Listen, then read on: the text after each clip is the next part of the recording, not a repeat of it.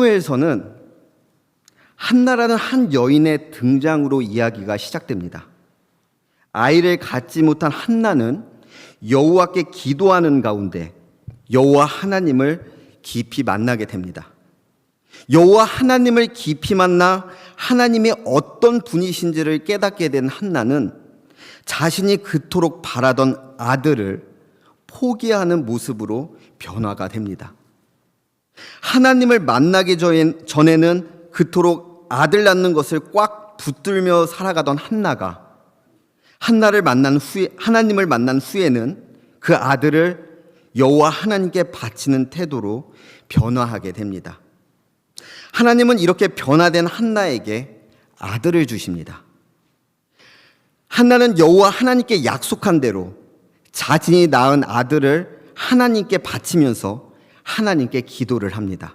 그것이 사무엘상 2장 1절에서 10절에 나오는 한나의 기도입니다.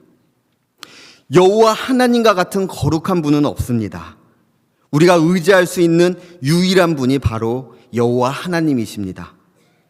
여호와 하나님은 모든 것을 아시는 분이시며 인간이 하는 모든 선택과 행동을 판단하시는 분이십니다. 여호와 하나님은 이 세상을 창조하신 권능의 하나님이십니다.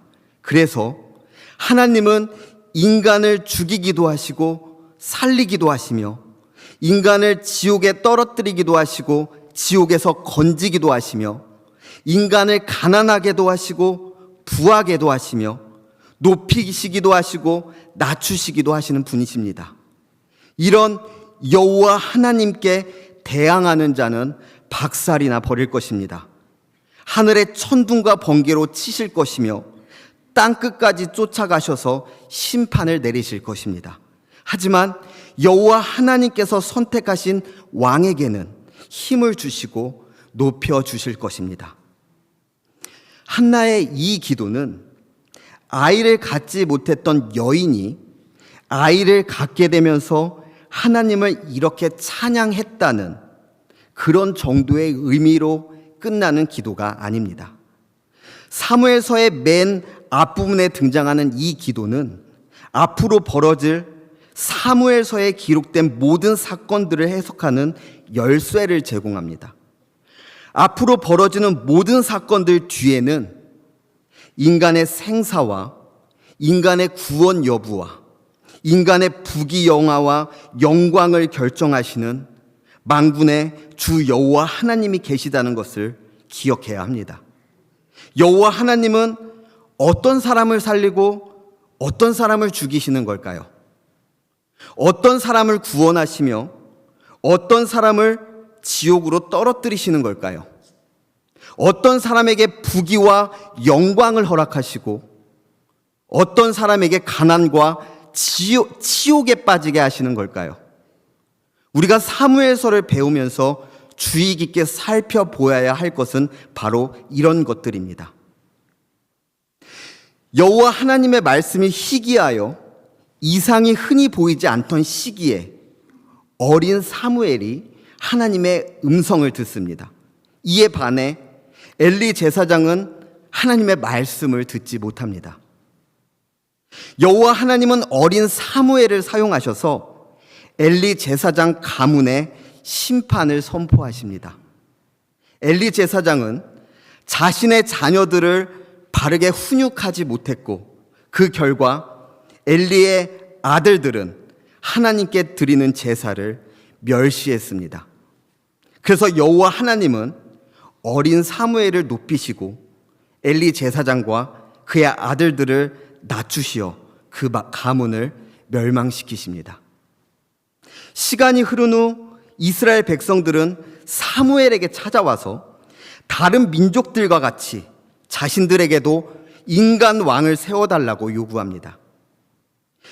이스라엘에게는 이미 왕이 있었습니다. 이 세상을 창조하신 모든 것을 다스리시고 통치하시는 만군의 주 여호와 하나님이 이들의 왕이셨습니다. 하지만 이스라엘 백성들은 다른 나라와 같이 인간 왕이 다스리고 통치하길 원했습니다. 그래서 여호와 하나님은 사울을 왕으로 세우십니다. 근데 이스라엘이라는 나라의 왕은 다른 나라의 왕들과는 다른 위치와 책임이 있었습니다. 이스라엘의 진정한 왕은 여호와 하나님 한 분뿐이십니다. 그래서 인간 왕은 하나님의 대리인일 뿐입니다. 이스라엘의 왕은 하나님의 백성들을 이민족으로부터 보호하고 그들을 잘 통치하여 하나님의 공의로우신 율법이 그 나라에 잘 지켜지도록 나라를 다스리는 역할을 갖고 있었습니다. 처음에 사울은 이런 이스라엘의 왕의 역할을 잘 감당하는 듯 싶었습니다. 자신의 백성들을 위하는 모습도 보이는 듯 했고 하나님의 능력을 힘입어 암몬 족속을 무찌르기도 했습니다. 하지만 사울 왕은 하나님보다는 자신에게 벌어지는 상황과 하나님보다는 자신을 바라보는 사람들의 시선을 더 신경 쓰는 인물이었습니다. 블레셋과의 전투가 벌어지고 블레셋에 엄청난 대군이 쳐들어오자 이를 본 이스라엘 백성들은 시간이 지날수록 전쟁터에서 이탈하여 도망하기 시작했습니다. 이런 일이 계속 벌어지자 사울 왕은 사무엘을 기다리지 않고 하나님께 번제를 드리는 행동을 하게 됩니다. 전쟁 상황이 불리하게 돌아가고 이스라엘의 군사들이 계속 도망을 가자 하나님께서 정하신 질서를 무시하고 자신이 제사를 드리는 선택을 이 왕이라고 하는 자가 했던 것입니다. 사울의 잘못은 여기에서 끝나지 않습니다. 여호와 하나님께서 아말렉 족속을 공격해서 모두 멸하고 그들의 모든 가축도 죽이라고 명령을 하시지만 사울은 아말렉의 왕도 살려두고 최상금의 가축들도 죽이지 않고 남겨둡니다. 자신의 백성들이 아말렉과의 전투에서 전리품을 원했기 때문에 사울 왕은 여호와 하나님의 말씀에 순종하기보다는 자신의 백성들이 원하는 것을 들어준 것입니다. 결국 사울 왕은 여호와 하나님께 버림을 받습니다. 사무엘은 사울 왕에게 경고를 합니다. 사울이 한 잘못은 여호와 하나님의 말씀을 청종하지 않고 순종하지 않은 것이고 이제 여호와 하나님은 사울 왕을 버리셨으며 이스라엘의 왕이 되지 못하게 하실 것이며 다른 왕을 세우실 것이라는 사실을 전달합니다. 그리고 여호와 하나님은 이스라엘의 다음 왕으로 다윗을 선택하셔서 기름을 부으십니다.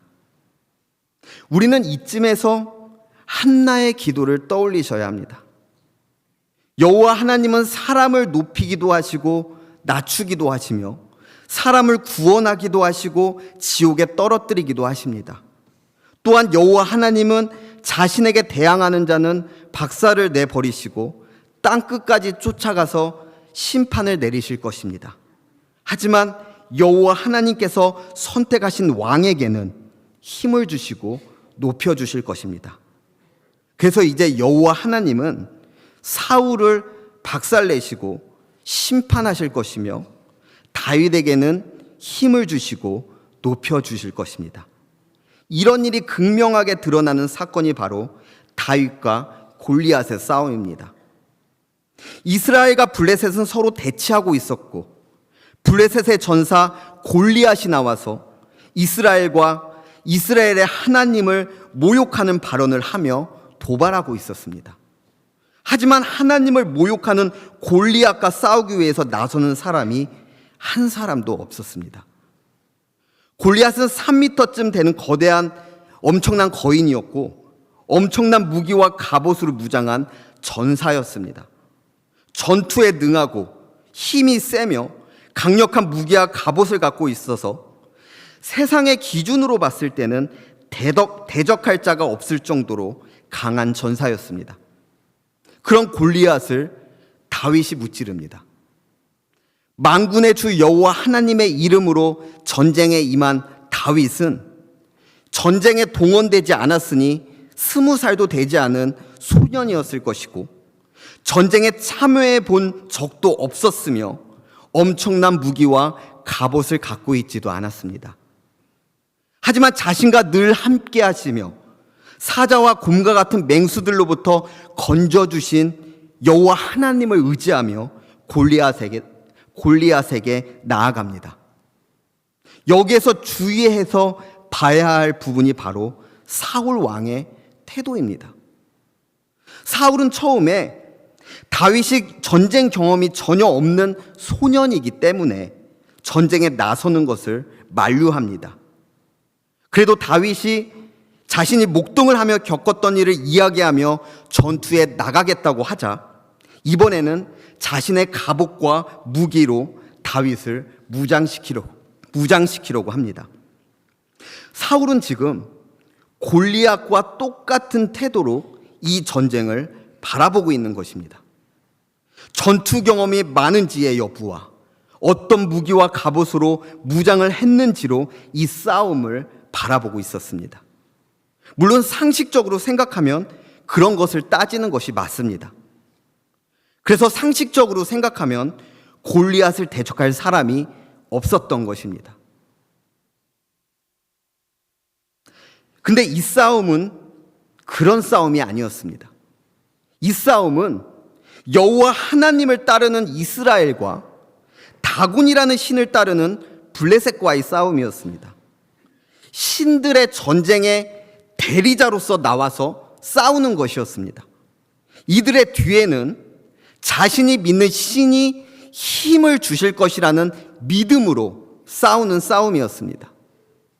더군다나 이스라엘 역사를 떠올려 보면 이스라엘은 여태까지 자신들의 군사력으로 싸워서 이긴 적이 한 번도 없었던 민족이었습니다. 이스라엘은 다윗 왕 이전까지 군사력으로 다른 민족보다 우위에 있어 본 적이 없었던 민족입니다.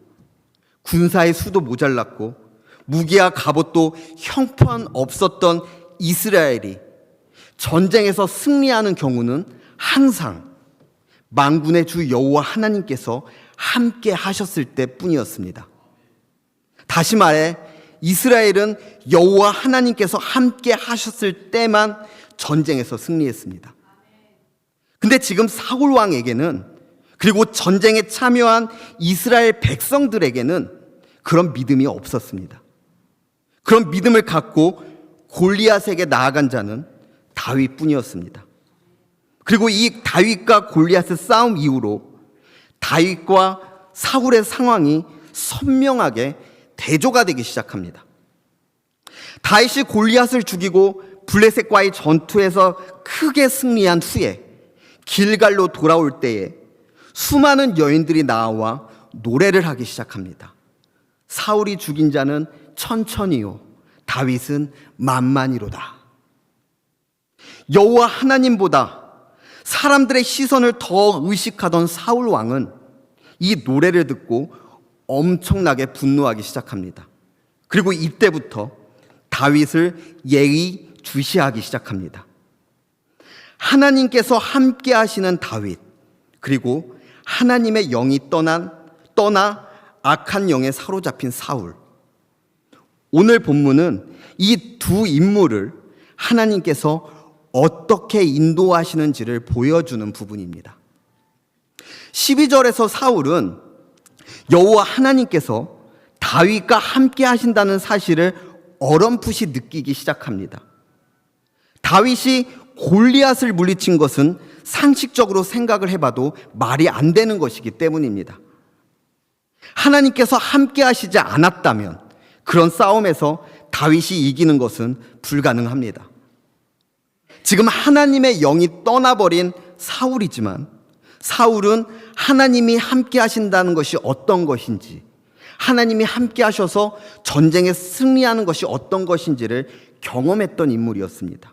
그래서인지 사울은 자신의 곁에 있는 다윗에게 그런 일이 벌어지고 있다는 것을 어렴풋이 느꼈던 것 같습니다.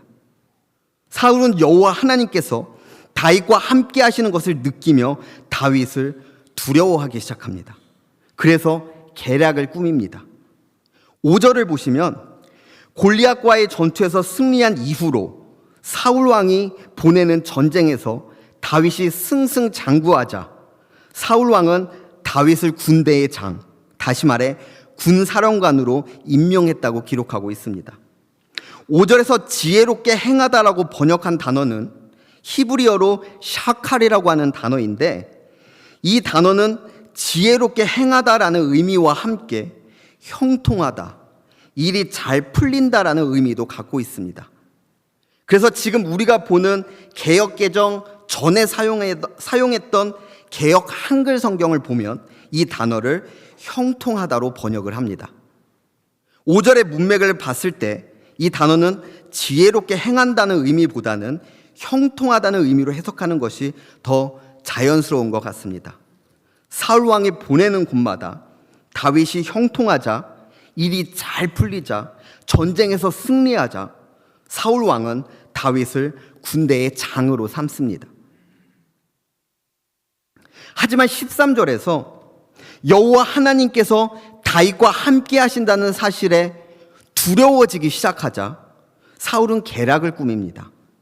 다윗을 군 사령관에서 천부장으로 강등시켜서 왕궁을 떠나 전투 현장에서 적들과 싸우도록 만듭니다. 아마 전투하는 가운데 죽임을 당할 수도 있다고 생각했을 것 같습니다. 하지만 다윗이 천부장이 되자 오히려 백성들과 더 가까이 접촉하게 됐고 다윗이 하는 모든 일이 잘 풀려버립니다. 다윗이 참여한 모든 전쟁에서 승리를 했다는 말입니다. 어떻게 이런 일이 벌어질 수 있을까요? 여호와 하나님께서 다윗과 함께 하셨기 때문입니다.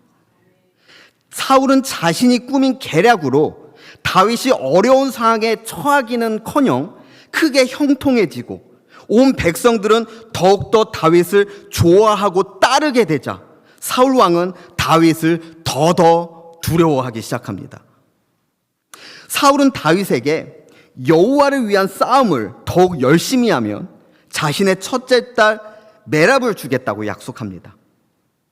사울은 다윗의 성품상 자신이 이런 명령을 내리면 반드시 따를 것이라는 사실을 알고 있었던 것 같습니다. 그래서 다윗이 블레셋과의 전투를 하다가 죽임을 당하기를 바라며 이런 명령을 내립니다. 다윗은 겸손하게도 사울 왕의 제안을 거절하는데 결국에는 결혼을 한다고 대답을 했던 것 같습니다.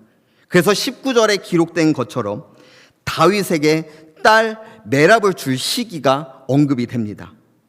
하지만 정작 결혼을 할 때가 되자 사울 왕은 자신의 딸 메랍을 다른 남자에게 결혼시켜 버립니다. 블레셋과의 전투에서 다윗이 죽었어야 하는데 여전히 살아있자 그렇게 한 것 같습니다.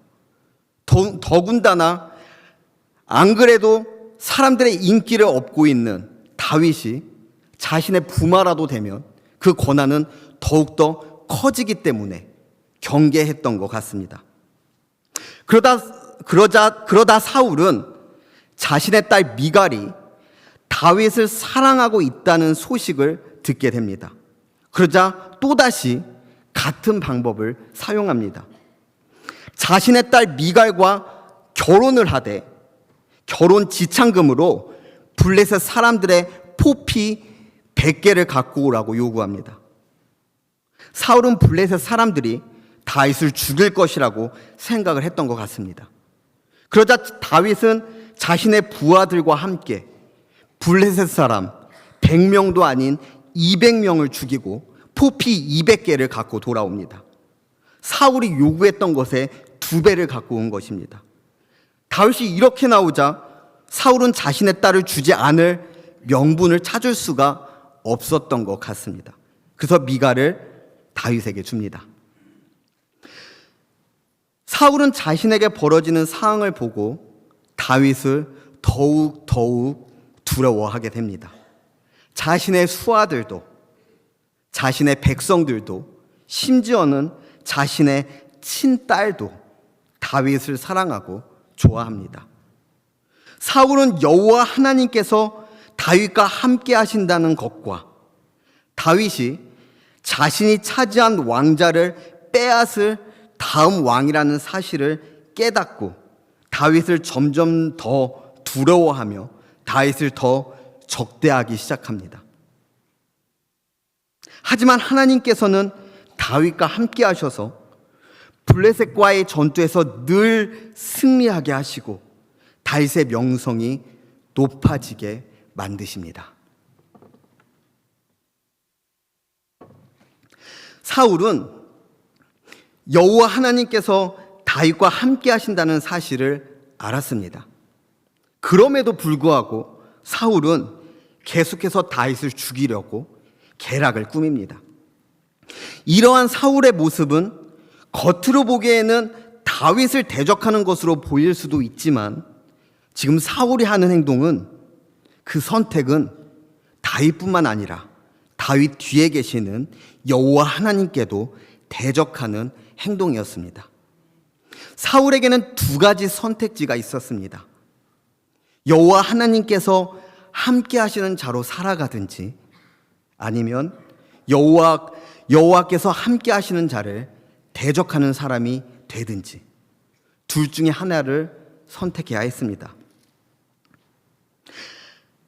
하지만 하나님께 거듭 불순종함으로 여호와 하나님보다 다른 것을 더 중요하게 여겼다가 사울과 하나님의 관계는 완전히 끊어지게 됩니다. 만약 사울 왕이 여호와 하나님께 회개하고 자신의 왕의 자리를 포기하고 그래도 여호와께서 세우신 다음 왕인 다윗을 돕는 자로 살기로 결심했다면 아마도 하나님께서 은혜를 베풀어 주셨을지도 모릅니다. 하지만 사울 왕은 여호와께서 함께 하시는 자를 대적하는 선택을 하게 됩니다. 한나의 기도에 나오는 것처럼 여호와 하나님은 자신에게 대항하는 사울을 박살을 내버리시고 땅끝까지 쫓아가서 심판을 내리실 것입니다. 하지만 여호와 하나님은 자신이 선택하신 다윗에게는 힘을 주시고 높여주실 것입니다. 이 일을 하시는 분은 만군의 주 여호와 하나님이시고 이 세상을 창조하신 창조주 하나님이십니다. 그래서 이 일은 반드시 이루어질 것입니다. 그리고 우리 또한 이 질문에 대한 대답을 결정해야 합니다. 여호와께서 함께 하시는 자가 되길 원하는지 아니면 여호와께서 함께 하시는 자를 대적하는 자가 되길 원하는지를 말입니다. 이런 선택지는 사무엘서에만 나오는 것이 아닙니다. 여태까지 우리가 배운 성경에서 계속해서 등장했던 질문입니다. 모세는 이스라엘 백성들 2세대들을 모아놓고 모압 평지에서 마지막 설교를 합니다. 그것이 기록된 것이 바로 신명기지요. 그 신명기에서 모세가 말하고자 하는 것은 여호와 하나님의 말씀을 들으라는 것이었습니다. 히브리어에서 순종한다는 의미를 갖고 있는 단어는 따로 존재하지 않습니다. 듣는다는 단어에 순종한다는 의미도 함께 담겨 있습니다. 들었으면 반드시 순종해야 한다는 생각을 갖고 있었기 때문입니다. 그래서 모세가 이스라엘 백성들 2세대들에게 마지막으로 설교한 내용은 여호와 하나님의 말씀을 듣고 순종하라는 것이었습니다. 하나님의 백성은 하나님의 말씀을 듣고 순종을 해야 합니다. 가나안 정복을 마치고 여호수아도 나이가 들어 죽을 때가 가까워지자 모세가 그랬던 것처럼 이스라엘 백성들을 모아놓고 마지막 설교를 하게 됩니다. 그 마지막 설교의 내용은 나와 내 집은 여호와를 섬기기로 선택을 했으니 너희들도 누구를 섬길지 선택하라는 것이었습니다. 이스라엘 백성들은 여호와를 섬길지 아니면 다른 것을 섬길지 선택해야 했습니다. 물론 이스라엘 백성들은 여호와를 섬기겠다고 대답을 했습니다. 하지만 시간이 흐르고 이스라엘은 영적 암흑기를 맞이하게 됩니다. 여호와만을 섬겨야 한다고 가르치는 영적인 지도자가 다 사라졌기 때문에 이스라엘은 사사기라고 하는 영적 암흑기를 맞이하게 됩니다. 하지만 이런 영적 암흑기에서도 모압 민족의 룻은 여호와 하나님을 따르기로 결심합니다. 원래 모압 민족은 하나님의 백성이 될 수 없었던 민족임에도 불구하고 여호와 하나님은 롯을 받아주시고 예수 그리스도의 계보에 들어가도록 축복을 하십니다. 룻이 여호와를 따르기로 결심했기 때문입니다. 오늘날을 살아가는 우리들도 이 둘 중에 하나를 선택해야 합니다. 여러분은 어떤 선택을 하시겠습니까? 여호와께서 함께 하시는 사람이 되길 원하십니까? 아니면 여호와께서 함께 하시는 사람을 대적하는 사람이 되길 원하십니까? 쉽게 대답하시면 안 됩니다. 여호와께서 여러분과 함께 하시기 위해서는 여러분이 치러야 할 대가가 있기 때문입니다. 우리가 치러야 할 그 대가를 예수 그리스도께서 전부 치르셨다고 쉽게 생각하시고, 그래서 이제는 우리가 치를 아무 희생과 대가가 없다고 생각하시면 곤란합니다. 예수 그리스도를 믿는다고요? 그렇게 두루뭉실한 표현으로 우리가 치러야 할 희생과 대가를 흐리게 해서는 안 됩니다. 예수 그리스도를 믿는다는 것은 구약 성경의 표현을 빌려와서 표현을 하면 여호와 하나님의 말씀을 청종하여 순종하는 삶을 사는 것을 말합니다. 오직 여호와 하나님을 주인님으로 모시고 다른 것, 가령 돈이나 명예나 안정이나 높은 지위를 원하는 나를 주인으로 모시지 않는 것을 말합니다. 내 손에 쥐고 있는 것을 놓아야 하고, 쥐려고 했던 것을 놓아야 하고, 오직 여호와 하나님께서 원하시는 것을 움켜쥐는 것을 말합니다. 때로는 우리가 포기해야 되는 것은 우리의 민족이나 나라가 될 수도 있습니다. 라합은 가나안 족속의 입장에서 봤을 때는 민족의 배신자였습니다. 아직 배우지는 않았지만 이사야나 예레미야 선지자가 선포한 하나님의 말씀은 하나님의 나라인 이스라엘의 입장에서 보면 나라가 멸망할 것이라는 매국노나 할 만한 발언이었습니다. 하지만 하나님의 백성은 자신의 나라와 국가보다도 하나님의 나라를 더 추구하는 사람들이어야 합니다. 이렇게 우리 안에 있는 모든 것이 하나님을 최우선으로 여기는 태도로 변화되어 가는 것이 바로 믿는다는 것입니다. 단번에 이루어지는 것은 아니지만 점점 그렇게 변해가야 합니다. 우리가 여호와 하나님께 치러야 할 희생과 대가는 우리가 가진 모든 것을 하나님께 드려야 한다는 것입니다. 우리가 가진 생명과 우리의 인생과 우리의 모든 재물과 우리가 추구하는 모든 것들을 하나님께 드려야 하는 것이 우리가 궁극적으로 치러야 할 희생이자 대가입니다. 신약 성경에서 예수님은, 죄송합니다. 갑자기 시리가 반응을 해서. 신약 성경에서 예수님은 이러한 삶을 자기 십자가를 지고 그리스도를 따르는 삶이라고 표현하셨고, 사도 바울 선생님께서는 이제는 내가 사는 것이 아니고 오직 내 안에 그리스도께서 사시는 것이라고 표현하셨습니다.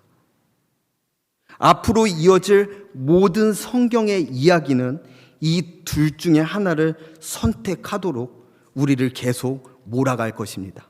너는 하나님께서 함께 하시는 자가 되길 원하느냐? 아니면 하나님과 함께 하시는 자를 대적하는 자가 되길 원하느냐? 하나님께서 함께 하시는 삶은 우리의 모든 것을 포기하는 희생과 대가가 요구된다고 했습니다. 그럼에도 불구하고 저와 우리 가정은 하나님께서 함께 하시는 자가 되기를 선택하겠습니다. 여러분은 어떤 선택을 하시겠습니까?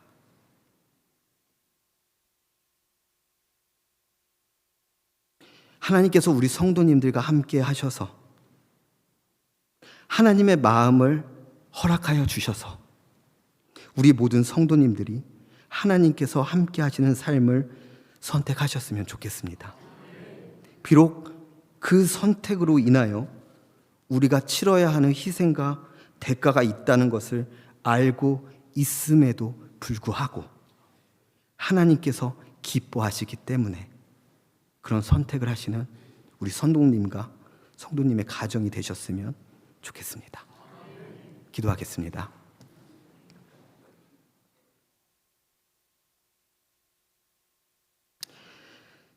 은혜가 많으신 하나님 아버지, 오늘 우리는 본문 말씀을 통해서 사울 왕과 다윗을 하나님께서 어떻게 인도하시는지에 대해서 보았습니다. 하나님께서 늘 함께 하시는 다윗은 승승장구를 하지만 이후에 또한 많은 환난과 고난이 기다리고 있다는 것을 우리는 알고 있습니다.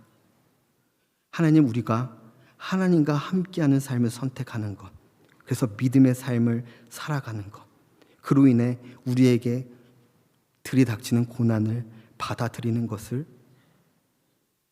알고 있음에도 불구하고 믿음으로 그 길을 걸어갈 수 있도록 우리에게 은혜를 베풀어 주시옵소서. 너무나 무섭고 두려운 길이고 우리가 원하는 것들을 때로는 다 포기해야 하는 길이기 때문에 두렵고 떨리지만 그럼에도 불구하고 우리를 위해 십자가에 달려 돌아가신 예수 그리스도를 생각하며 그 예수 그리스도께서 자신의 모든 것을 버리시고 우리를 구원하시기 위해서 죽임까지 당하시는 그 수모를 겪으며 살아가신 길을 따라 걸어가는 거룩한 하나님의 백성들이 될 수 있도록 우리에게 은혜를 베풀어 주시옵소서.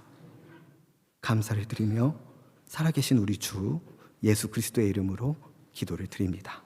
아멘.